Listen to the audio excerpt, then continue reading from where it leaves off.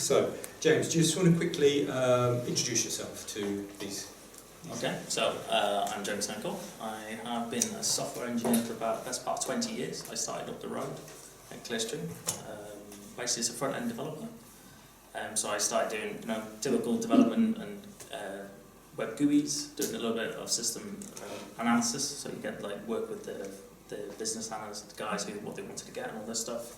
Then moved into back-end, did a specialisation in data warehousing, so Oracle DBs, worked on system architecture, interfaces, and then I've worked on projects where we facilitated with 2 or 3 externals to in-house their products and be taken over.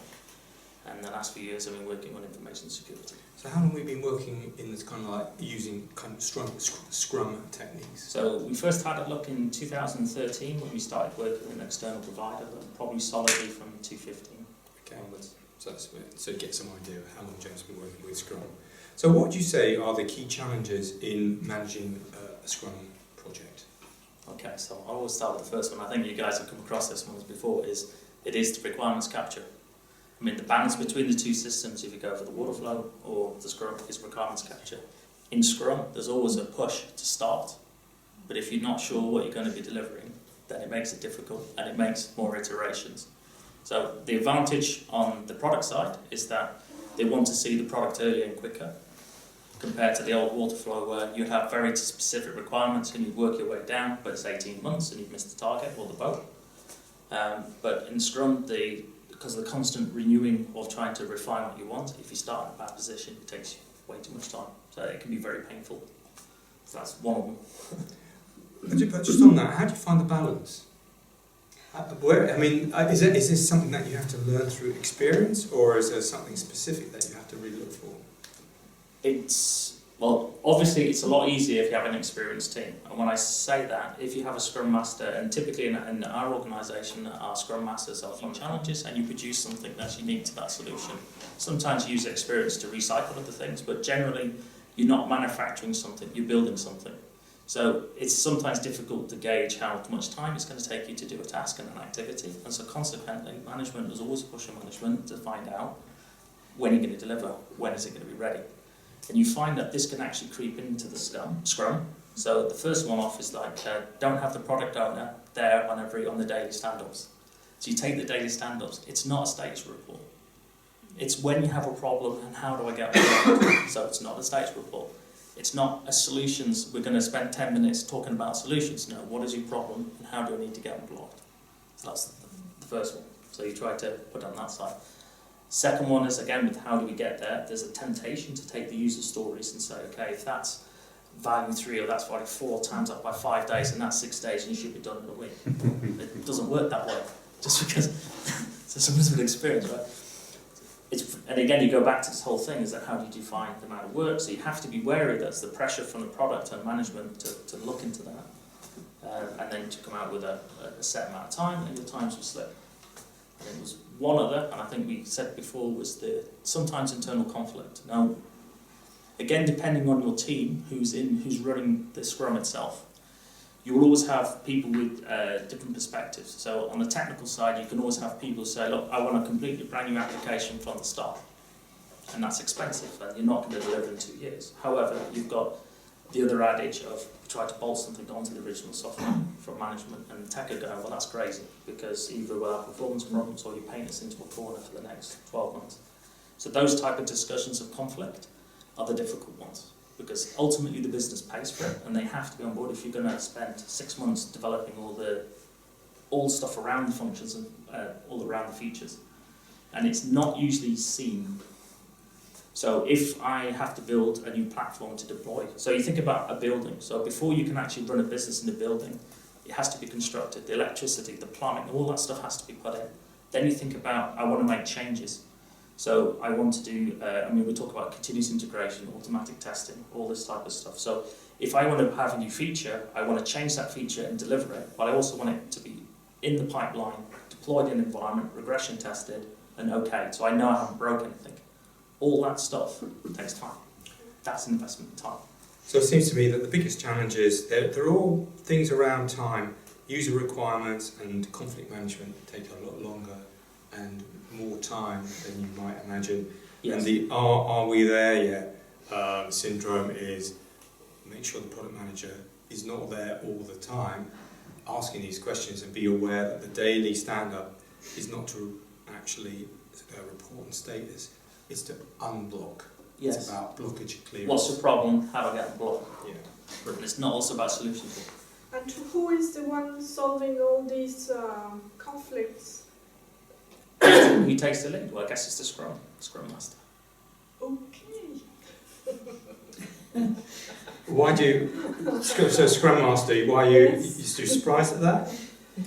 No, but It depends. Okay, so the other one is it depends. So in certain situations, you'd be like, okay, we're very focused on our piece of software in our environment, but we have to deploy it somewhere. So normally there's, depending if you're running DevOps, there's a segregation of duty between the people who operate the system in production and the people that develop it. So at some point you've got to hand over. You need to talk to those people that you're delivering something. So if it's a new system, how to install it, run it, all of the stuff. That needs to be communicated. Okay, maybe we need some provisioning because it runs in the cloud. We need some talk to who's responsible on the cloud team for provision, right? So if the guy says, okay, we've done our coding, but we're waiting for this other stuff, then somebody has to initiate a conversation. It's like, okay, I'll go and talk to it because I know something about it, but I need a timeline or a deadline, or I need people to help, all these other things that may be in or out of the Scrum. So you have to pick the right person to do it, but usually the person who's pushing has to organise the conversations, or at delegate it to somebody who they feel can do it. Because he's facilitating and in fact trying to remove the hurdles. yes. So it's really his role is trying to coordinate the delivery. So That makes sense in a technical way. Yes, you get to talk with all the ones that are set to interact together and try to convince everybody to move along. But for example, if it's a further conflict, like shouting and, complete disagreement on things, I was thinking, I don't know, maybe a psychologist or... I think so. I've been involved in 100 projects, over 100 projects, and I'd say probably about a third of them would have been in Scrum. I've not come across a shouting match. Yeah, I only came across once, but then in an instance like you're saying, it's taken to a different level because it becomes an HR level. So it does not involve. So within Scrum, in a RISE Scrum, there is professionality, and people. But you're all on the same otherwise team. It goes outside, it's treated in a different. So you're all on the same team. So you're all depending on each other. So you can't go to production without people doing their key deliveries and signing off. I think the thing about Scrum is very clear responsibilities. Yeah. And if the responsibilities are clear, and so the decision making is clear, then you're not going to have so much conflict because there is clarity there. So if it's something about the features and priorities, but it's quite clear, it's the product owner who makes that decision. Because in the past, outside Scrum, on the software developed life, the workflow, you'd have document, people read it, not like it, and you'd have a discussion. Oh, it's a change request, it's not, and you'd have another document be produced. But here, this is the advantage that you're actually, on the benefit of the product, you're trying to integrate the different areas to get a delivery through the door. Okay. So James, just as we sort of like roll to the end of this discussion, we've had a lot of discussions around Scrum.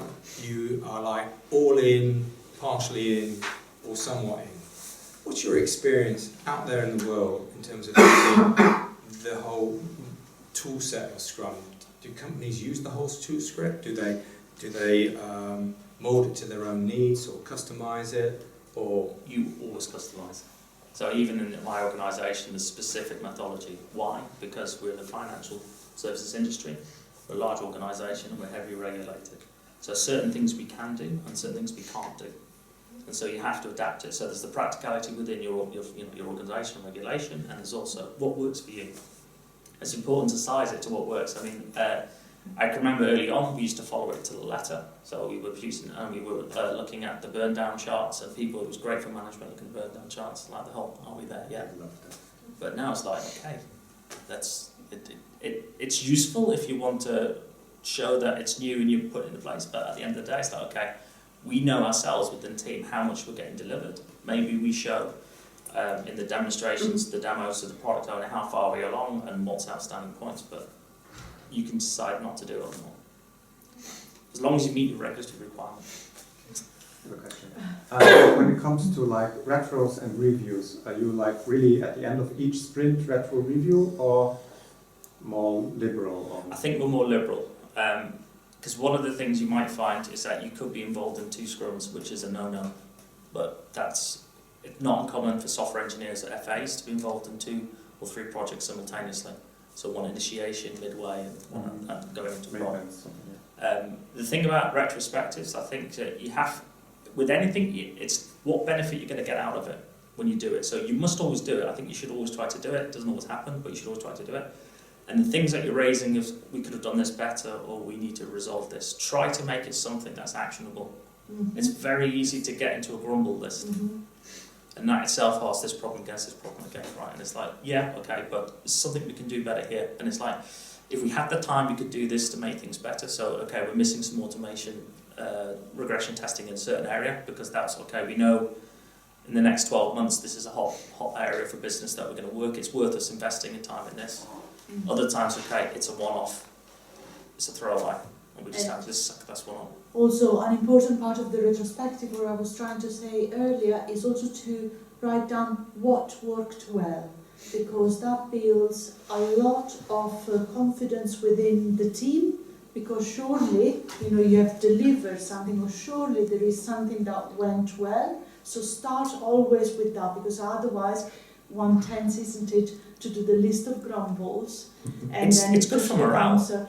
But it's just, Yes. but it's for morale, and then effectively to show, because all of you, like now, you've all delivered, at the end of the day, what you needed to. Then there could have been, let's say, things that could have been done better, and that happens all the time.